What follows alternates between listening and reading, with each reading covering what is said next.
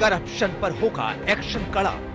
भ्रष्टाचार खत्म होना चाहिए कि नहीं होना चाहिए?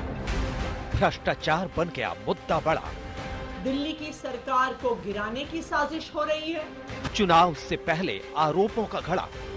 वो सारे के सारे भ्रष्टाचार के गोंद से जुड़ गए हैं।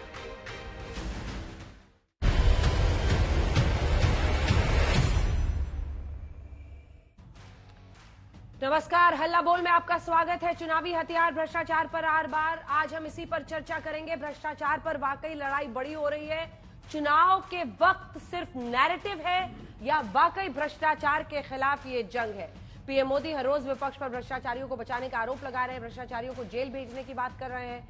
वहीं विपक्ष इसे सियासी साजिश बता रहा है। चुनावी चंदे को लेकर बीजेपी को घेर रहा है। इस बीच आम आदमी पार्टी ने बीजेपी पर एक नया आरोप लगाया। आरोप है कि दिल्ली में राष्ट्रपति शासन लगाने की तैयारी हो रही है। इन तमाम सवालों पर आज हम चर्चा करेंगे। प्रेम शुक्ला जी राष्ट्रीय प्रवक्ता बीजेपी के हमारे साथ जुड़ रहे हैं, प्रियंका कक्कड़ प्रवक्ता आम आदमी पार्टी की, अभय दुबे जी आज यहाँ स्टूडियो आए हैं हमारे साथ, प्रवक्ता कांग्रेस पार्टी के। स्वागत है आपका। आशुतोष जी राजनीतिक विश्लेषक के तौर पर हमारे साथ इस चर्चा में शामिल रहेंगे, लेकिन पहले ये रिपोर्ट। इस देश को भ्रष्टाचार से मुक्ति मिलनी चाहिए कि नहीं मिलनी चाहिए? भ्रष्टाचार को लेकर प्रधानमंत्री मोदी लगातार विपक्ष पर हमला कर रहे हैं, जांच एजेंसियों की कार्रवाई को सही ठहरा रहे हैं और भ्रष्टाचार पर एक्शन के विरोध में हो रही सियासत को लेकर सवाल उठा रहे हैं। मोदी पर उनका गुस्सा 7वें आसमान पर है और इसलिए कुछ भी बोलते जा रहे हैं। और जब मैं कहता हूं, जब मोदी कह रहा है भ्रष्टाचार हटाओ, तो वो कह रहे हैं भ्रष्टाचारी बचाओ। जब कांग्रेस की सरकार थी तो गरीब का, नौजवान का पैसा बिचौलिए खा जाते थे। भाजपा सरकार लोगों के हक का पैसा सीधे उनके बैंक खाते में ट्रांसफर कर रहा है। दरअसल विपक्ष ने दिल्ली के सीएम की गिरफ्तारी को सियासी मुद्दा बना दिया है। लिहाजा लोगों को ये बताना बीजेपी की चुनावी मजबूरी है कि जो भी कार्रवाई हो रही है वो भ्रष्टाचार और भ्रष्टाचारी के खिलाफ है। अरविंद केजरीवाल जी को झूठे आरोपों के साथ, फर्जी आरोपों के साथ, बिना किसी प्रमाण के ईडी ने गिरफ्तार किया है, केंद्र सरकार ने गिरफ्तार किया है। बेहतर होगा आप लोग अपने में से किसी एक को चुनकर दिल्ली में सरकार स्थापित करें, क्योंकि बहुमत आपके पास है। इस तरह के अनर्गल आरोप लगाने से इससे दिल्ली का फायदा नहीं होने वाला है। दिल्ली आपके भ्रष्टाचार और आपकी चोरी से तंग आ चुकी है। भ्रष्टाचार ऐसा मुद्दा है जिसकी जद में करीब करीब सारी विपक्षी पार्टियां आती हैं। जाहिर है बीजेपी के लगातार हमले से उनमें हड़कंप है। इंडिया गठबंधन की सरकार बनने पर पीएम मोदी को जेल भेजने का ऐलान करने वाली मीसा भारती अब चुनावी बॉन्ड की दलील देकर अपने बयान पर सफाई दे रही है। प्रधानमंत्री जी के ऊपर मैंने ये कहा था, जो सुप्रीम कोर्ट ने जो टिप्पणी किया है इलेक्टोरल बॉन्ड के ऊपर, मैंने उस पे कहा था कि अगर हम लोग आते हैं तो इसकी जांच कराएंगे और जो लोग इसमें दोषी होंगे उनको सजा दी जाएगी। नरेंद्र मोदी जब बिहार में तो कहते हैं कि भ्रष्टाचारियों पर कार्रवाई हम करते रहेंगे। ईडी इतना कार्रवाई कर रही है, सीबीआई करना ही चाहिए। उनके अगल बगल जितने लोग भी सब पे कार्रवाई करना चाहिए। सकाए वॉशिंग मशीन में धुला करके अपने पास बैठा लिए, उनके ऊपर कार्रवाई होना ही चाहिए। लेफ्ट भी चुनावी चंदे को लेकर बीजेपी पर हमला कर रहा है। These are very serious matters because how can loss-making companies buy electoral bonds worth thousands of crores and donate to the BJP? चुनाव के वक्त शायद विपक्ष को भी इस बात का एहसास हो चला है कि भ्रष्टाचार वाला बीजेपी का हथियार उन्हें सियासी तौर पर लहूलुहान कर सकता है। दिल्ली सहित पूरे देश में सबसे बड़ी अगर भ्रष्टाचारी कोई पार्टी है तो इलेक्टोरल बॉन्ड ने शो कर दिया है कि वो भारतीय जनता पार्टी है। भारतीय जनता पार्टी पहले रेड डलवाती है ईडी से, आईटी से, सीबीआई से और उसके बाद वहां से चंदा लेती है। ये मोदी जी की ईमानदारी है। कोई भ्रष्टाचारी, कमीशन खोर, कट्टर बेईमान बचने नहीं वाला है। और ये जो भ्रष्टाचारी हैं वो कह रहे हैं हाय हाय मार डाला, ये क्या कर डाला, आगे क्या होगा। भ्रष्टाचार की लड़ाई बड़ी है, मुद्दा बड़ा है, लेकिन ये देखने वाली बात होगी कि जनता इस मुद्दे को कितना अहम मानती है। आज तक ब्यूरो। करप्शन पर आर पार का मतलब क्या है? बीजेपी और सरकार कहती है कि हम भ्रष्टाचारियों के खिलाफ कार्रवाई करें, विपक्ष कहता है ये साजिश है। जवाब देंगे प्रेम शुक्ला, प्रवक्ता बीजेपी के हमारे साथ जुड़ गए। प्रियंका कक्कड़ जी, प्रवक्ता आम आदमी पार्टी की। अभय दुबे जी यहां पर हैं, आशुतोष जी हमारे साथ हैं। प्रेम शुक्ला जी, क्या मतलब है? विपक्ष तो एक सुर में यही कह रहा है कि आपने इसको हथियार बना लिया है, हथियार विपक्ष को खत्म करने का, ना कि भ्रष्टाचार खत्म करने का। प्रेम शुक्ला जी। देखिए, भ्रष्टाचार खत्म हो रहा है इसीलिए तो विपक्ष चिचिया रहा है। अब अरविंद केजरीवाल के खिलाफ प्रवर्तन निदेशालय ने गिरफ्तारी की कार्रवाई की। ये हाईकोर्ट में गए कि गिरफ्तारी इलीगल है। हाईकोर्ट के विद्वान जज ने कहा कि ये जो गिरफ्तारी है वो कानूनी है। मनी ट्रेल के लक्षण दिखाई दे रहे हैं, 45 करोड़ का लेन देन दिखाई दे रहा है। एक मुख्यमंत्री को गिरफ्तार करने में कोई गलती नहीं है। वो बालाजी सेंथिल के मामले में हाईकोर्ट ने कहा हाँ ये गिरफ्तारी सही थी, वो जेल में गए, उनको कन्विक्ट किया। अब उनके जो है कन्विक्शन पर जो है सुप्रीम कोर्ट का स्टे है, तो ये तो कानूनी प्रक्रिया है। तो इससे भारतीय जनता पार्टी ने क्या गलत किया? अब जो है लगातार जो लोग गिरफ्तार किए जा रहे हैं जिनके खिलाफ सबूत हैं, अब श्रीमान लालू प्रसाद यादव को, जो इंडी अलायंस के प्रमुख जो है घटक दल है, श्रीमान लालू प्रसाद यादव के खिलाफ कन्विक्शन 5 मामलों में सजा याफ्ता है वो, और राष्ट्रीय जनता दल के अध्यक्ष हैं। तो वो कब गिरफ्तार हुए? 97 में गिरफ्तार हुए। किसकी सरकार थी? जनता दल की सरकार थी। किसके समर्थन से थी? कांग्रेस के समर्थन से थी। के करुणानिधि दिल्ली में सुनिए ना, ये सब लिस्ट तो हम लोग का रट गया है, अब रोज ही सुनाते हैं। ठीक है, बताइए ना, दिल्ली में राष्ट्रपति शासन कब लगा रहे हैं? शुक्ला जी, आशुतोष जी पूछ रहे हैं। बिना बोले उनकी आवाज आजकल आती है टीवी पे, इनके देखते ही लोग सोचने लगता है कि बीजेपी वाले से पूछेंगे कि राष्ट्रपति शासन कब लगा रहे हैं दिल्ली में। हाँ, ये तो एलजी को निर्णय लेना, भारतीय जनता पार्टी उसमें क्यों निर्णय लेगी? आशुतोष जी की इच्छा है, ये अच्छी इच्छा है, अच्छी इच्छा प्रकट कर रहे हैं। ये भी केजरीवाल के दंश के जो है घायल व्यक्ति हैं, तो इनका प्रश्न स्वाभाविक है। ये तो एलजी को इस पर जो है निर्णय लेना है। सो भारतीय जनता पार्टी लगना चाहिए नहीं लगना चाहिए, आप यही बता दीजिए। ठीक है, लगाना एलजी साहब को ही है, ये अच्छा हुआ आपने बता दिया, लेकिन लगना चाहिए नहीं लगना चाहिए, आप क्या मानते हैं? नहीं, अगर आम आदमी पार्टी के विधायक दल है वो दूसरा मुख्यमंत्री चुने और मुख्यमंत्री काम करे तो भारतीय जनता पार्टी को क्या आपत्ति है?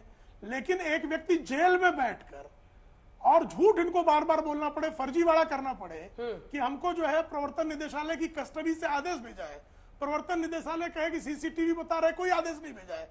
तो ये जो फर्जीवाड़ा कर रहे हैं, इस फर्जीवाड़ा से तो मुक्ति मिलनी चाहिए, या तो हर नागरिक चाहेगा दिल्ली का।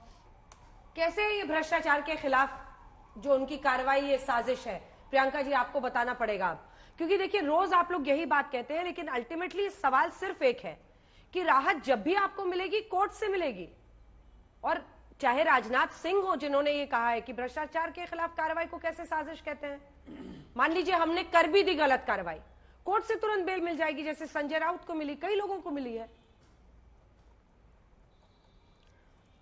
अंजना जी, सभी को नमस्ते। अंजना जी, कोर्ट से तुरंत राहत, कोर्ट में समय लगता है, जैसे भगवान के यहाँ देर है अंधेर नहीं है, वैसे ही कोर्ट में भी टाइम लगता है। और इन्होंने जो कानूनों में संशोधन किए हैं, जिसके आधार पर, बयानबाजी के आधार पर इन्होंने अरविंद केजरीवाल जी को हिरासत में रखा हुआ है। आप सोचिए, ना कोई ट्रायल है, ना कोई एफआईआर है उनके ऊपर, ना हमारे किसी नेता से 2 साल की चवन्नी की रिकवरी हुई।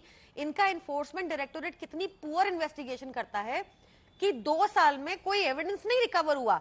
2 सरकारी गवाहों के बयान रिकवर हुए, उनमें से एक सरकारी गवाह मंगुट्टा रेड्डी एनडीए की टिकट पे आंध्र प्रदेश में चुनाव लड़ रहा है, और दूसरा सरकारी गवाह शरत रेड्डी 60 करोड़ भाजपा को दे देता है अपनी अरेस्ट के बाद, और ईडी की चुप्पी खरीदता है अपनी बेल की टाइम। तो ये भ्रष्टाचार से लड़ाई नहीं हो रही। एक रिपोर्ट पढ़ रही थी मैं जो कहती है कि पिछले 5 साल में इंडिया में भ्रष्टाचार और बढ़ गया है, करप्शन और बढ़ गया है, और ये आप जाके किसी भी ग्राउंड पे किसी से पूछेंगी तो वो आपको बताएगा कि हर स्तर पे भ्रष्टाचारी बंगारू लक्ष्मण की पार्टी ने भ्रष्टाचार फैलाया है। जब प्रधानमंत्री मोदी कहते हैं भ्रष्टाचार खत्म करेंगे, तो उनका कितना क्लियर मॉडल है। Adarsh scam, Narada scam, Vyapam scam, Louis water scam, आप कोई बड़े से बड़ा स्कैमस्टर उठा लीजिए, आज सारे प्रधानमंत्री मोदी के साथ हैं। अजीत पवार को 70,000 करोड़ का घोटालेबाज बता रहे थे, 2 दिन बाद वो भाजपा में शामिल हो जाते हैं। तो ये एक ऐसी पार्टी है भाजपा जो ईडी के थ्रू भी अब उगाही करने लगी है, वसूली करती है। आपने देखा होगा इलेक्टोरल बॉन्ड स्कैम, जिसको सब बता रहे हैं कि स्वतंत्र भारत का सबसे बड़ा स्कैम है। 40 कंपनियां ऐसी हैं जो लॉसेस में थी या बहुत कम प्रॉफिट कमाती थी, वो इलेक्टोरल बॉन्ड के जरिए इनको पैसा दे रही है। कैसे दे रही हैं? शेल कंपनीज क्रिएट की इन्होंने, जो शेल कंपनीज मोदी जी कह रहे थे कि शेल कंपनी सारी बंद हो गई, झूठ था वो भी। सारी बातें जुमला निकलती हैं भारतीय जनता पार्टी की। जैसे इन्होंने कहा था 15 लाख आपके अकाउंट में आएगा और नहीं आया, वैसे ही इनकी भ्रष्टाचार खत्म करने की भी स्कीम है कि सारे भ्रष्टाचारी भाजपा में शामिल हो गए हैं। अभय दुबे जी, देखिए राहत तो कोर्ट से ही मिलेगी लेकिन मेन सवाल यह है कि क्या प्रधानमंत्री नरेंद्र मोदी जब कह रहे हैं, क्योंकि भ्रष्टाचार की ही मौत में नहीं बोलूंगी, भ्रष्टाचार की ही बलि एक तरह से आपकी पार्टी चढ़ी पिछले 2 चुनावों में। भ्रष्टाचार के ही मुद्दे पर प्रधानमंत्री नरेंद्र मोदी ने कांग्रेस पार्टी को घेरा और आप लोग घिर गए उसमें। हालांकि राफेल का मुद्दा आपने 19 में उठाया था लेकिन काम नहीं आया। अब ऐसे में पीएम ये कह रहे हैं, आपको नहीं लग रहा है कि उन्हीं का जो उनकी छवि है, उनका जो ये नैरेटिव है, वो ज्यादा मजबूत होकर लोगों के बीच में जा रहा है? अंजना जी, 70,000 करोड़ से किया मुंह काला हो, आदर्श में डाका डाला हो, या शारदा नारदा का घोटाला हो, या कोयले से किया हाथ काला हो, पुरानी चोरी चकारियों के, भ्रष्टाचारियों के सब पाप धुल जाएंगे। आइए भाजपा की वॉशिंग मशीन में सारे दाग धुल जाएंगे। प्रधानमंत्री जी, मैं सुन रहा था आपने कहा 4 जून के बाद एक्शन लूंगा। ये 10 साल में क्या किया? ये 2015 की चिट्ठी है, मेहुल चोकसी से प्रारंभ होता है ये क्रम। कितनी तारीख की है? 7/5/2015। कोई एक्शन नहीं लिया। पीएमओ को टैग करके ये चिट्ठियां लिखी गई है सीरियस फ्रॉड इन्वेस्टिगेशन ऑफिसर्स को। उससे लगा करके संदेशरा बंधु से लेकर विजय माल्या से लेकर ऋषि अग्रवाल, सारे 5,35,000 करोड़ रुपए के बैंक फ्रॉस्टर्स। ये जितनी भारतीय जनता पार्टी में ज्वाइन करा रहे हैं ना आप, ईडी ने मारा छापा और कहा बुला रहे हैं बड़े पापा। रोहन गुप्ता को कौन सा छापा लगा? सुनिए ना, मैं सब बता रहा हूँ सिलसिलेवार। अभी हरा घाव दिख रहा है अभी तापस आपके साथ ही क्यों छोड़ के गए? रोहन गुप्ता पे अभी तापस अभी भारतीय जनता पार्टी में शामिल हुए हैं। हाँ। अभी मैं सिलसिलेवार पोल खोलूंगा, मत चिंता कीजिए। रोहन जी का भी कोई केस लाया है? सबके सारे इस जो भारतीय जनता पार्टी के हमाम में गए हैं सबकी पोल खोलूंगा। तापस राय अभी छापा मारा 2024 में जनवरी में। बड़ी बड़ी खबरें चलाई गई। देखिए ममता को बड़ा झटका, 3 बार के एमएलए भारतीय जनता पार्टी में शामिल। ये नहीं बताया कि छापा मारने के बाद वो आए। सुजान चौधरी टीडीपी से भारतीय जनता पार्टी में आए। 315 करोड़ रुपए की संपत्ति जब्त। सुजान चौधरी ने कहा भारतीय जनता पार्टी ज्वाइन करूंगा, भारतीय जनता पार्टी में आ गए।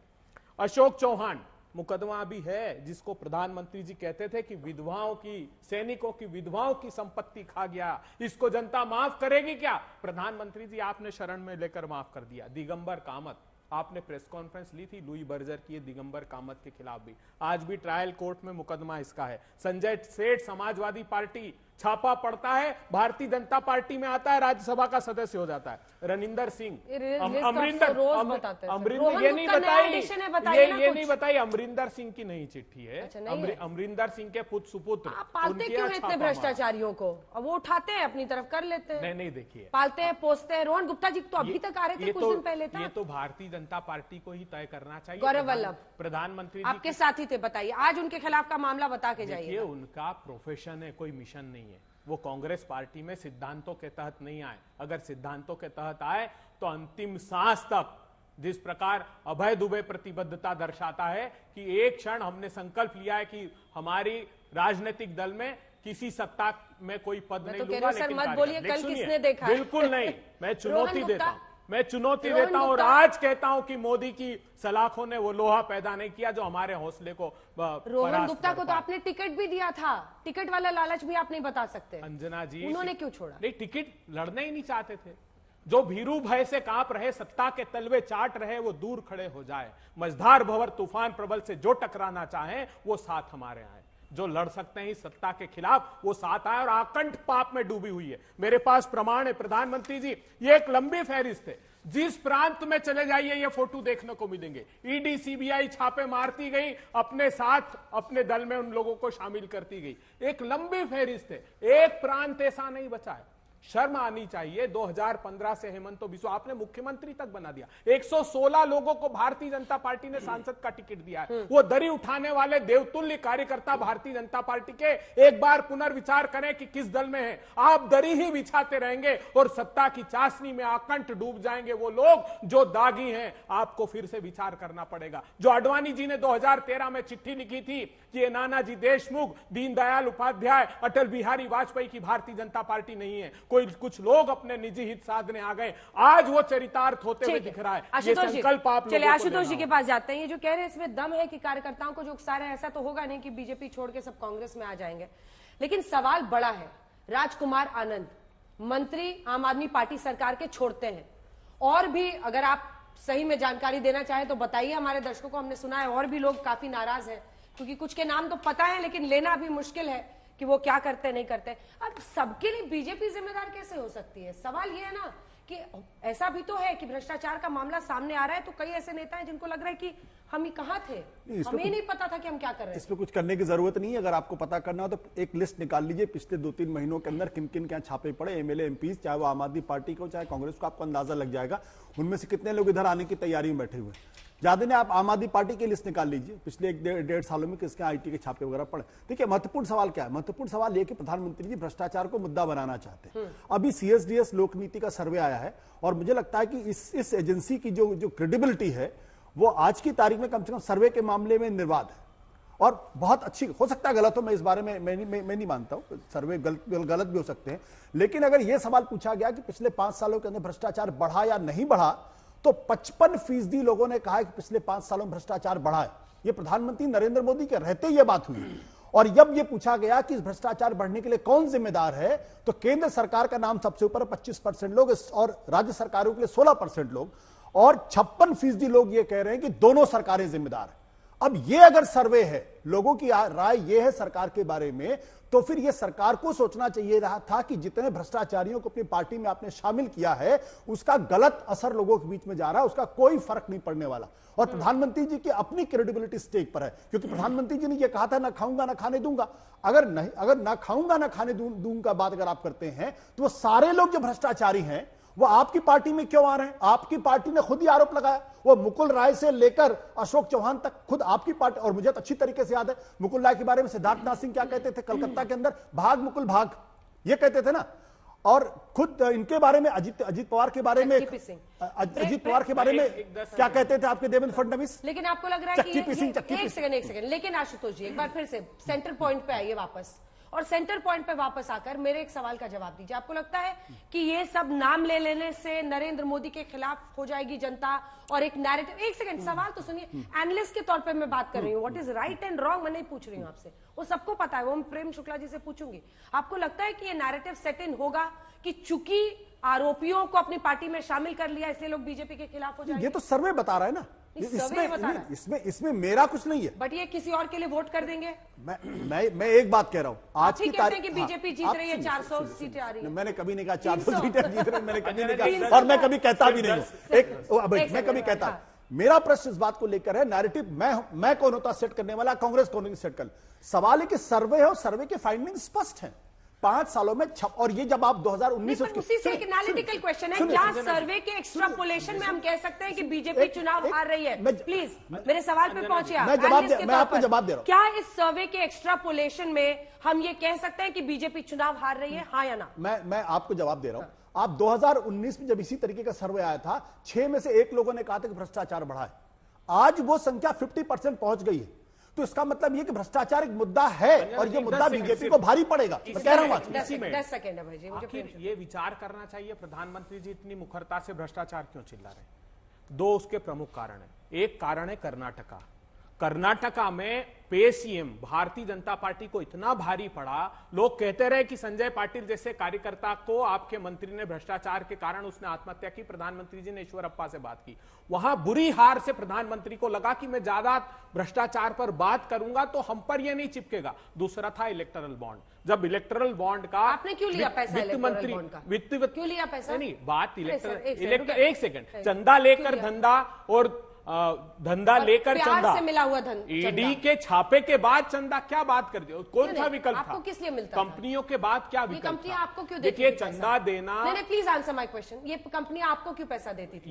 ये क्यों हुआ कि ईडी ने छापा मारा, उसके बाद आपसे कुछ और पूछती हूँ, आप कुछ और ये क्यों हुआ? अरे सर, ये गलत। देखिए, एक बात सुनिए, क्या ये मैं उनसे पूछूंगी, दोनों राजनीतिक, लेकिन एक सवाल का जवाब दीजिए। सारे यही कंपनियां कांग्रेस को, टीएमसी को क्यों पैसे दे रही थी? एक जवाब तो होगा। सारे राजनीतिक दलों को चंदा हमारी सरकार थी, बीजेपी को भी मिलता था, लेकिन ये पहली बार हुआ कि 3,80,000 करोड़ के कॉन्ट्रैक्ट, और ये कोई 8,000 करोड़ का स्कैम नहीं है। ये स्कैम है कि आपने कैसे प्राइस एस्केलेट करके शरद रेड्डी द्वारा सीधा रेड के बाद, उसकी गिरफ्तारी के बाद उगाही का आरोप। प्रेम शुक्ला जी, इस पर जवाब दीजिए। और दूसरा प्रश्न, देखिए, बच्चे होते हैं वो अलग अलग बच्चे होते हैं, वो पैसा इकट्ठा करते हैं गुल्लक में, और बहुत अच्छे से जब लगता है भर गया तो बजा के देखते हैं, फिर उसको फोड़ते हैं, फिर गिनते हैं, फिर कुछ खरीदने की सोचते हैं।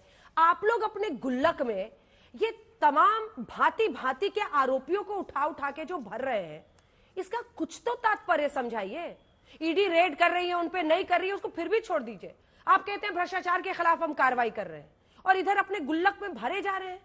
मतलब ऐसे लोग, छगन भुजबल, नारायण राणे, प्रफुल्ल पटेल, इधर आ जाइए। हर राज्य में आपने ऐसे लोगों को इकट्ठा कर लिया अपने गुल्लक में, क्यों?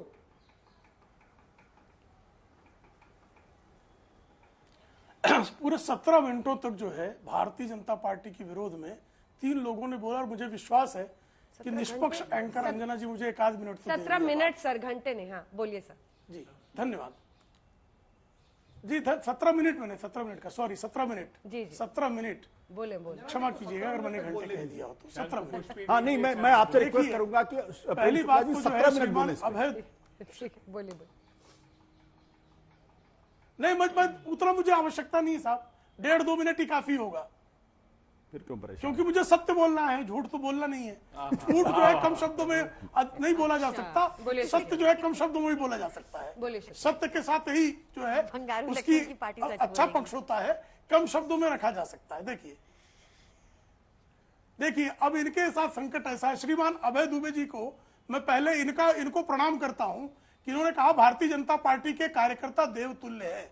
निश्चित तौर पर हमारे कार्यकर्ता देवतुल्य हैं, और कांग्रेस को इन्होंने कीच का कुंड माना, काजल की कोठरी माना। आम आदमी पार्टी जो है स्वयं की पार्टी को काजल की कोठरी, कीच का कुंड मानती है, और आशुतोष जी भी जो है विपक्षी दलों को कीच का कुंड मानते हैं कि उसमें इतना कीचड़ है कि भारतीय जनता पार्टी में आने पर ही वो ड्राई क्लीन होते हैं, लॉन्ड्री जो है भारतीय जनता पार्टी के रूप में ही उनको प्राप्त होती है।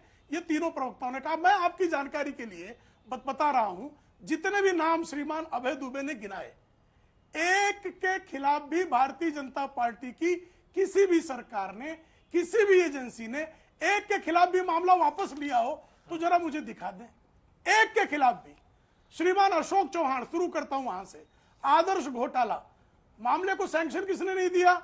कांग्रेस के सरकार के दौरान इनके राज्यपाल ने, और उसके बाद मंत्री इन्होंने बनाया उद्धव ठाकरे की सरकार में।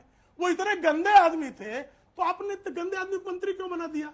अजीत पवार के खिलाफ 2019 में हाईकोर्ट के आदेश पर ईओडब्ल्यू ने एफआईआर दर्ज किए। 2021 में क्लोजर रिपोर्ट लगाई, हाईकोर्ट ने स्वीकार लिया। 2019 में भी सरकार उद्धव ठाकरे की थी, 2021 में भी सरकार उद्धव ठाकरे की थी। आपके पास नेताओं की कमी है क्या? इतने बुरे आदमी को आपने अपना मुख्यमंत्री माना? अब मुझे बोलने तो दीजिए, मुझे बात तो रखने दीजिए अंजना जी। अरे सर आप ही बोल रहे हैं, आप ही बोल रहे हैं, एकदम आप ही बोलिए। अच्छा है, अब सारे हमला कर रहे हैं, आप भी हमला कीजिए सर, बड़ा अच्छा लगता है, लोगों को अच्छी नींद आती है। मिस्टर शुक्ला सुनिए ना, पर देखिए आप बता रहे हैं ये आरोप, वो आरोप, ये आरोप। अरे चक्की पिसिंग तो अभी तक सुना था ना हमने, अरे चक्की पिसिंग तो अभी सुना था ना हमें। और आप तो महाराष्ट्र के हैं सर, आप तो महाराष्ट्र के हैं। चक्की पिसिंग करने लायक नहीं है, ये सर्टिफिकेट किसने दिया? वो चक्की पीसिंग नहीं करना चाहिए। क्लोजर रिपोर्ट लगाकर उद्धव ठाकरे की सरकार ने जो क्लोजर रिपोर्ट लगाया तो अभय दुबे की पार्टी ने विड्रॉ क्यों नहीं कर लिया? आपके गुल्लक में वो कैसे आई ये बताइए। शिव से जो है महाराष्ट्र में आपके पास नेताओं की कमी है क्या? इसलिए क्यों साफ सुथरे हैं? नहीं, साफ सुथरे व्यक्ति को भी हम न लें। कीचड़, ये जेल में बैठे व्यक्ति को मुख्यमंत्री बनाए, ये बेल पर बैठे व्यक्ति को जो अपना राष्ट्रीय नेता माने। 420 की केस में श्रीमती सोनिया गांधी सर्वोच्च नेता रहे।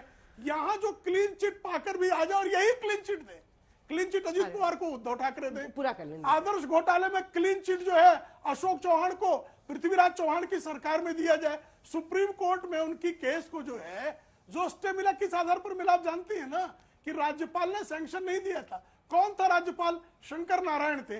किसने उनको नियुक्त किया था? डॉक्टर मनमोहन सिंह की सरकार ने नियुक्त किया था। तो साहब आप मुझे बताइए, आपके कीच के कुंड से निकलते ही यहाँ लोग इतने गंदे कैसे हो जाते हैं? अभय दुबे जी जरा ये तो बताइए। भी गौरव वल्लभ के बारे में आप कह रहे हैं कि उनके खिलाफ भी बताऊंगा, रोहन गुप्ता के खिलाफ भी बताऊंगा। अरे अभय दुबे जी, मैं तो कई बार आपके विरुद्ध बोलते समय ये सोचने लगा हूं अब कि पता नहीं किस दिन जो है आपको संजय मयूख जी पट्टा पहनाने के लिए खड़ा कर दें। तो हम तो इस बारे में सोचते हैं कि कीच के कुंड में कब आपका सांस जो है घुटने लगे और हमको जो है आप जो है अच्छी जगह अपने कपड़े धुलवाने की दृष्टि से ही यहाँ आ जाए और हमको जो है पट्टा पहनाना पड़े, स्वागत करना पड़े, तो हम भी चिंता कर रहे हैं आपकी। आपको बुरा नहीं लगता रोहन गुप्ता या गौरव वल्लभ के खिलाफ बोलने में? मैं एक सवाल पूछ रही हूँ, बुरा नहीं लगता? बिल्कुल, कल तक आपके साथी थे। इन सवालों से तलाशी लीजिएगा, लेकिन एक 10 सेकंड सिर्फ दीजिए। अजीत पवार, प्रियंका जी मैं आ रही हूँ, जैसे खत्म। एक मिनट। अजीत पवार साहब का आप क्या कह रहे हैं? हमारे समय मुकदमा खत्म हो गया, अभी चार्जशीट से नाम आपने ड्रॉप किया है दोनों का, अजीत पवार का और सुनेत्रा पवार। आप इनको भर के रखते एक सेकंड सुनिए ना। एक से बड़े बड़े नहीं, रखते क्यों? अरे आप ये शुभेंदु अधिकारी 2021 से पेंडिंग है लोकसभा अध्यक्ष का परमिशन प्रोसिक्यूशन की, सीबीआई की। क्या झूठ बोलते हैं आप? आपने क्लोजर फाइल नहीं किया प्रफुल्ल पटेल के खिलाफ, आपने कह दिया फाइल घूम गई छगन भुजबल की। ठीक है प्रियंका जी, जितने ये मुकदमे हैं बिल्कुल नहीं। और सुनिए मेरी बात, बिल्कुल नहीं। एक बात प्रेम शुक्ला जी सुन लीजिए, अगर वो संजय मयूख जी डालेंगे ना तो 3 रंग का ही दुपट्टा होगा, उनको भी डाल दूंगा मैं। एक दिन बुलाइएगा आप। जितने आपके लोग अच्छे हैं ना आपके जैसे, उन सबके लिए तत्पर है, लेकिन ये सारे जितने हैं जिनको आरोप लगा रहे हैं आप। अच्छा अभय जी एकदम सफेद पहन के आए हैं, वो कह रहे हैं अब इसमें धुलाई का कोई स्कोप ही नहीं है, सफेद पहन के आए हैं। प्रियंका जी आपकी पार्टी में भी एक के बाद एक ज्यादा लगते हैं नेताओं का पहुंचना निकलना, ये साफ संकेत दे रहा है। देखिए ना, कब तक सवाल यह है कि अल्टीमेटली मामला घूम फिर के वहीं पहुंच जाता है कि ये नैरेटिव लोगों में सेट इन हो रहा है, जो पीएम कह रहे हैं कि भ्रष्टाचार भगाओ। मैं कहता हूं वो कहते हैं भ्रष्टाचारी बचाओ, क्योंकि किसने सोचा था आप कांग्रेस पार्टी के साथ उन्हीं सोनिया गांधी जिनके खिलाफ क्या नहीं कहा था अरविंद केजरीवाल ने, उनके साथ आप लोग हाथ मिलाएंगे और कहेंगे संविधान खतरे में है, लोकतंत्र खतरे में है, इसलिए हम साथ आए हैं। अंजना जी, आज सेंटर में एक ऐसी सरकार है, मैं फिर से रिपीट कर रही हूँ, कि इतनी डेंजरस है कि एक्सटॉर्शन डिपार्टमेंट ईडी द्वारा उगाही कर रही है। ये बचाना है देश को इससे। आज कॉन्स्टिट्यूशन को लगातार ट्रैम्पल अपॉन किया जा रहा है। गवर्नर्स, लेफ्टिनेंट गवर्नर्स द्वारा चुनी हुई सरकारों के कार्य रोके जाते हैं, जनहित कार्य रोके जाते हैं। आप अभी, मैं इसका भी जवाब दे देती हूँ, ये पूछ रहे थे बेशुमार झूठा पार्टी के प्रवक्ता की एक केस बता दो जो बंद हुआ हो। 11 दिसंबर 2023 को छगन भुजबल जब भाजपा में शामिल हो गए तो उन्होंने, ईडी ने कोर्ट में कहा कि फाइल खो गई, केस बंद कर दो। अभय दुबे भाई बिल्कुल ठीक कह रहे थे, अजीत पवार की ईओडब्ल्यू केस 21 जनवरी 2024 को बंद किया गया। इनको कीचड़ की जरूरत है, तभी तो ये खिलेंगे। अल्कोहलिक अपराधी पार्टी का झूठ यहाँ से देखिए, इसमें मेरा कोई हाथ खिल नहीं सकते। सुनिए, आज राजकुमार आनंद जी को आज इन्फोर्समेंट डायरेक्टोरेट के आगे जाना था, क्या हुआ उसका? ये ईडी यूज करते हैं, ऑपरेशन लोटस यूज करते हैं। जनता का जो पैसा जनता के ऊपर जन सुविधाओं के लिए देना चाहिए, उससे ये खरीद फरोख्त की राजनीति करते हैं, मन की बात करते हैं, यहाँ सुनने की क्षमता नहीं रखते हैं। आप एक नंबर की महाभ्रष्ट पार्टी है जो भ्रष्टाचार में लिप्त है। बाकी आपको सारे दलों के प्रियंका जी मुझे बताया जा रहा है आशुतोष जी आपके पास भी आ रही हूं। प्रेम जी एक सेकंड सर, एक सेकंड आपसे रिएक्शन लूंगी। संजय सिंह और अखिलेश यादव एक साथ प्रेस कॉन्फ्रेंस कर रहे हैं कि उन्हीं इंस्टीट्यूशन, उन्हीं संस्थाओं के सहारे अपनी सरकार बनने वाली महाराष्ट्र में, या उन्हीं संस्थाओं से डरा करके वसूली कर ली, या उन्हीं संस्थाओं को से डरा करके और अब तो पुलिस को आगे कर करके लोगों को अपनी पार्टी में शामिल कर रहे हैं। कई साथी जो भारतीय जनता पार्टी में गए हैं उन्होंने कहा कि हम शरीर से तो जा रहे हैं लेकिन हम आत्मा से और अंदर से आपके साथ हैं। तो सोचिए, ऐसे डर के और डरा के लोगों को अपने दल में शामिल कर रहे हैं। तो इसलिए लोकतंत्र को बचाने के लिए, संविधान को बचाने के लिए और हमारे भारत की जो पहचान दुनिया में है उसको बचाने के लिए इस लड़ाई में आप पार्टी का जो सहयोग और मदद मिल रही है उसके लिए मैं संजय सिंह जी का बहुत बहुत धन्यवाद, आभार प्रकट करता हूं। इन्हें भी बहुत परेशानी और कष्ट का सामना करना पड़ा, इन पे भी झूठे मुकदमे लाद करके इन्हें भी परेशानी में डाल दिया। और जो परेशानी में जाता है लोकतंत्र में, जनता उसे कभी न कभी सम्मान देती है और हमें उम्मीद है कि जो जनता देख रही है वो जो ऐसे काम करने वालों के खिलाफ मतदान इस बार होने जा रहा है, करेगी जनता। मैं संजय सिंह जी से कहूंगा कि अपनी बात रखें। मैं पहले तो बहुत आभार व्यक्त करता हूं समाजवादी पार्टी के राष्ट्रीय अध्यक्ष माननीय अखिलेश यादव जी का कि ऐसे संकट की घड़ी में जब हमारी पार्टी के मुखिया को जेल में डाल दिया गया है, दिल्ली के 2 करोड़ लोगों के द्वारा निर्वाचित 3 बार प्रचंड बहुमत से निर्वाचित मुख्यमंत्री को जेल में डाल दिया गया है, समाजवादी पार्टी के मुखिया हमारे समर्थन में दिल्ली पहुंचे, रैली को संबोधित किया। आज भी उन्होंने भाभी जी से बातचीत करके उनसे हाल चाल पूछा, सुनीता भाभी से। तो मैं इसके लिए विशेष रूप से आभार व्यक्त करता हूं आपका। और जिस तरह से दिल्ली में भी ऑपरेशन लोटस शुरू कर दिया गया है, आपने देखा किस तरह से हमारे एक मंत्री को, जिस पे पहले ईडी का छापा पड़वाया गया और बाद में उसको इस्तीफा देने का दबाव बनाया गया। इस लड़ाई में आपने हमारा साथ दिया, फिर से मैं आपकी पार्टी का और आपका हृदय से आभारी हूं। ये 2024 का चुनाव कोई सामान्य चुनाव नहीं है, ये भारत के लोकतंत्र को बचाने का चुनाव है, बाबा साहब के संविधान को बचाने का चुनाव है।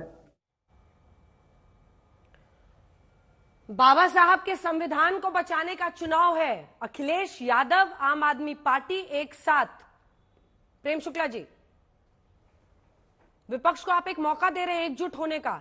देखिए, ये संजय सिंह का मुझे वो स्पीच, संजय सिंह की वो स्पीच मुझे याद है जिसमें वंशवाद के खिलाफ जो है लालू के पुत्र तेजस्वी ही राजनीति में क्यों आएंगे, अखिलेश के पुत्र मुलायम के पुत्र अखिलेश ही राजनीति में क्यों आएंगे, राजीव के पुत्र राहुल ही क्यों आएंगे, स्टालिन ही क्यों आएंगे, ये सारा भाषण दे रहे थे। आज वो अखिलेश ने क्या डरा दिया कि उन्हीं अखिलेश के साथ प्रेस कॉन्फ्रेंस कर रहे हैं। भाई कुछ डराया होगा। और अखिलेश यादव जी भी कृपा करके बताएं कि 2008 में परमाणु समझौते पर जब उनकी पार्टी ने कांग्रेस सरकार को समर्थन दिया था तो अमर सिंह ने तहलका पत्रिका को इंटरव्यू देके कहा था कि डायरेक्टर सीबीआई ने बुला लिया था, इसलिए मुलायम सिंह यादव जी ने जो है समर्थन देने का जो है निर्णय ले लिया। तो भाई ये तो कांग्रेस करती थी। अभय दुबे की पार्टी भारतीय जनता पार्टी ने कभी किसी के खिलाफ भी भ्रष्टाचार का मामला हो तो कार्रवाई ही की है, किसी को बचाने का काम नहीं किया है। और श्रीमती सोनिया गांधी ने पहले केस दर्ज करवाया, disproportionate asset case. Vishwanath Chaturvedi ने जब डीए केस कर दिया तो उनको लंच पे आमंत्रित किया। बड़ी खबर आ रही है, आपको टोक रही हूं इस वक्त। पूर्व मंत्री राजकुमार आनंद का केजरीवाल पर वार। उन्होंने कहा है आपके बड़े नेता भ्रष्टाचार करते हैं। राजकुमार आनंद कह रहे हैं आपके कार्यकर्ताओं के साथ छल हुआ है। पत्र में लिखा है आप पर बड़ा वार किया है और कहा है आम कार्यकर्ताओं के साथ आम आदमी पार्टी के छल हो रहा है। ये देखिए उनकी चिट्ठी है और उन्होंने कहा है कि आपके बड़े नेता भ्रष्टाचार कर रहे हैं। मैं आशुतोष जी आपको एक बार लाना चाहती हूं, क्या अगर राजकुमार आनंद आज सही कह रहे हैं तो फिर एजेंसियों की कार्रवाई कैसे गलत हो सकती है? ए। बी, परिवारवाद के खिलाफ तो बोलते थे एक वक्त पर इंटेलेक्चुअल्स, अब सबने बोलना बंद कर दिया है क्या क्योंकि एजेंसियों की कार्रवाई हो रही है? अखिलेश यादव, तेजस्वी यादव के साथ कभी बैठेंगे आम आदमी पार्टी के नेता? आपने कल्पना की थी? देखिए, मैं अभी प्रेम शुक्ला जी का एक बयान दिखा रहा था। जब प्रेम शुक्ला जी जब भारतीय जनता पार्टी में शामिल हुए तो उन्होंने कहा कि वह मेरी अज्ञानता थी कि मैंने भारतीय जनता पार्टी पर इतने तीखे हमले किए। सबका अपना एक इतिहास है, सबने आज से 10 साल, जब मुझे अच्छी तरीके से याद है क्योंकि प्रेम शुक्ला के साथ मैंने बहुत सारी डिबेट की जब शिवसेना के ये प्रवक्ता हुआ करते थे और तब भारतीय जनता पार्टी पर किस तरीके से हमले करते थे, सामना में किस तरीके से लेख लिखते थे। तो मैं एक ही बात पूरा कर ले, मैं आपसे जवाब मैं एक ही बात कहता हूं कि आज की राजनीति के अंदर अगर आप ये सोचें कि जब सबसे बड़ी सवाल आज की तारीख विपक्ष में यह है कि क्या वो भारतीय जनता पार्टी से अकेले लड़ सकते हैं या नहीं लड़ सकते। अगर अकेले नहीं लड़ सकते तो सबको एक साथ आना पड़ेगा और उसमें विचारधाराओं का जो संगम है वो एक तरीके से पीछे रखना पड़ेगा, इसमें कोई दौर। ये भारतीय जनता पार्टी ने भी किया जब 1989 थी। 1989 में आप ज्योति बसु के साथ बैठ के खाना खा रहे थे लाल कृष्ण आडवाणी, ये तो इतिहास है आपका। और यह भी था कि विश्वनाथ प्रताप सिंह ने मंच से साझा करने से मना कर दिया जहां भारतीय जनता पार्टी के पोस्टर लगे हुए थे। आज वही कोएलिशन की पॉलिटिक्स है।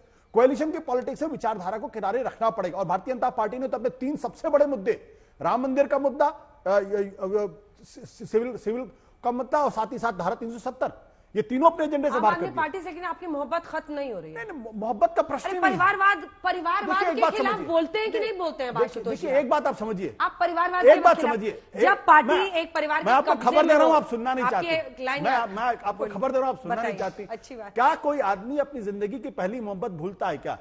नहीं भूलता ना। तो राजनीति में आम आदमी पार्टी मेरी पहली मोहब्बत थी राजनीति में, इसमें कोई दो राय नहीं है। लेकिन उस आदमी धीरे धीरे डिसिल्यूजन हो जाता है, फिर डिवोर्स भी हो जाता है। अंधा कर दे रहा है वो मोहब्बत, अंधा कर बिल्कुल मोहब्बत अंधा कर, परिवारवाद नहीं दिखाई दे रहा है, एकदम नहीं दिखाई दे रहा है। नहीं, बिल्कुल परिवारवाद कैसे दिखाई पड़ेगा? सबसे बड़ा ऑनेस्ट कन्फेशन है इनका। प्रेम धूमल के बेटे अनुराग ठाकुर, बीएस येदुरप्पा के राघवेंद्र सिंह, रवि सुब्रमण्यम ये सारे बीजेपी के अध्यक्ष बन गए, वेद प्रकाश गोयल के पीयूष गोयल, एकनाथ खड़से के रक्षा खड़से, गोपीनाथ मुंडे की पंकजा मुंडे, राधा विखे पाटिल के सुजय पाटिल, किशोर देव बर्मन की बेटी कृति, संजय धोत्रे के बेटे अनूप धोत्रे, ये सब लोकसभा के टिकट हैं। क्या बात करती हैं आप? लोकसभा का टिकट और बीजेपी का अध्यक्ष बनना। हम तो वसुधैव कुटुंबकम की परंपरा से आते हैं। समूची सृष्टि हमारा परिवार है। ये प्रधानमंत्री जी परिवारों से नफरत करते हैं, इसलिए महंगाई की आग में झोंक दिया, बेरोजगारी की आग में झोंक दिया। 2 ही लोगों का परिवार है उनका, अडानी अंबानी। बस वो पोषित और पल्लवित पुष्पित होते रहे और बाकी पूरा देश जाए भाड़ में, आप मजे करो सत्ता की आड़ में। तो ये हम परिवार में आस्था रखते हैं, ये परिवारवाद नहीं है, माफ कीजिएगा। और राष्ट्रवादी नहीं, धृतराष्ट्रवादी हो आप। परिवारवाद से क्या प्रियंका जी आपकी पार्टी ने पूरी तरह से समझौता कर लिया? क्योंकि जिस तरह से सुनीता केजरीवाल जी को आगे किया जा रहा है उस पर भी कई लोग प्रश्न उठा रहे हैं। देखिए, आप लोग भावुक तरीके से बात कह सकते हैं, लेकिन मुख्यमंत्री की बात कहने के लिए, आम आदमी पार्टी की बात कहने के लिए, क्या आम आदमी पार्टी में नेताओं की कमी हो गई है? उनकी पत्नी को बार बार उनकी कुर्सी पर बिठाकर आगे करना, पीछे अरविंद केजरीवाल की फोटो लगाना जेल वाली, और दूसरा अखिलेश यादव, तेजस्वी यादव, जिनको आप लोग एक बार कहते थे ऐसे ऐसे फैमिली डिनास्ट से जिन्होंने भ्रष्टाचार की वजह से राज्यों को बर्बाद किया है, आज उनके साथ खड़े हैं। तो फिर कैसे ना पीएम कहें भ्रष्टाचारी बचाव वाला मामला है? अच्छा, इनके आपके पीछे भी आज वैसी फोटो लगी हुई जेल वाली, मुझे बताया जा रहा है। हाँ,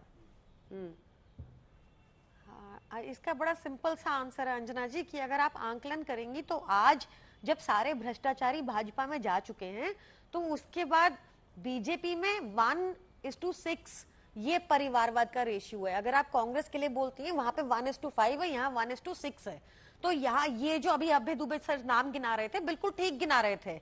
तो आज जो मुद्दे हैं अंजना जी, देखिए, भ्रष्टाचार एक बहुत बड़ा मुद्दा है, महंगाई एक बहुत बड़ा मुद्दा है, जॉबलेसनेस एक बहुत अहम मुद्दा है।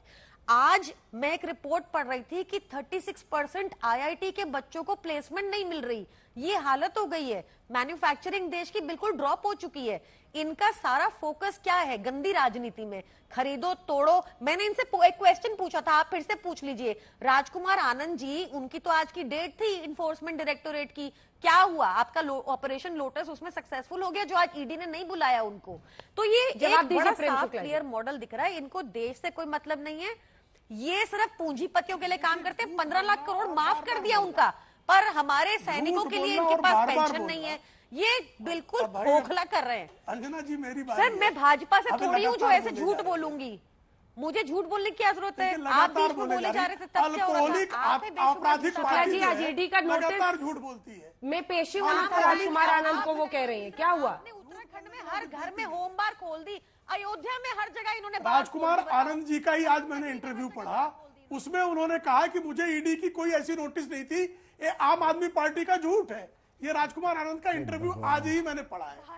तो उनको कौन सी नोटिस दिखा देंगे? नोटिस उनको कौन सा समन था दिखा देंगे? अपने ये उगाही झूठ बोल रही डिपार्टमेंट को है। जो भेजा, जेल में बैठा हुआ रिश्वतखोर नोटिस केजरीवाल हो गई। है, उस जैसे रिश्वतखोर भावना गांधी की केजरीवाल हुई ने थी, पंजाब के में बाद वो चली गई, कांग्रेस के भाजपा 5 खत्म। मंत्रियों को जेल में जैसे डाल दिया। हर्षवर्धन पाटिल ने कहा उसके था डिप्टी सीएम थे ओपी सोनी थे, बदले की कार्रवाई थी क्या? ईडी का डर नहीं है। अब लगातार बोले जा रही, देखिए प्लीज प्लीज प्लीज एक सेकंड। अभी मैं बीच में किसी को बोलूंगा तो अंजना जी खराब लग जाएगा। आप हर एक के बीच में बोले, रिवाइंड हाँ, मैं आपके बीच में एक बार भी नहीं बोला जी, किसी के बीच में नहीं बोला। हर एक के बीच में बोलते हैं सर। लगातार जो है आपकी कुंठा और हताशा जो है वो एकदम प्रकट हो रही है। आपकी कुंठा और हताशा, केजरीवाल जैसा जेल में बैठा सत्ता लोलू भ्रष्टाचारी की पार्टी के लोग बात कर रहे हैं, रेपिस्ट को थेरेपिस्ट बताने वाले बात कर रहे हैं, जिन्होंने यमुना जी को साफ करने का झूठ बोला वो बात कर रहे हैं, जिन लोगों ने जो है पंजाब में 5-5 लोगों को गिरफ्तार कर लिया, कांग्रेस के मंत्री वक्त इतने की इजाजत देता है। बहुत धन्यवाद। जनता 4 जून को फैसला कर लेगी कि क्या वाकई भ्रष्टाचारियों के खिलाफ लड़ाई थी नरेंद्र मोदी की, या फिर साजिश का आरोप सही है। देखते रहिए आज तक।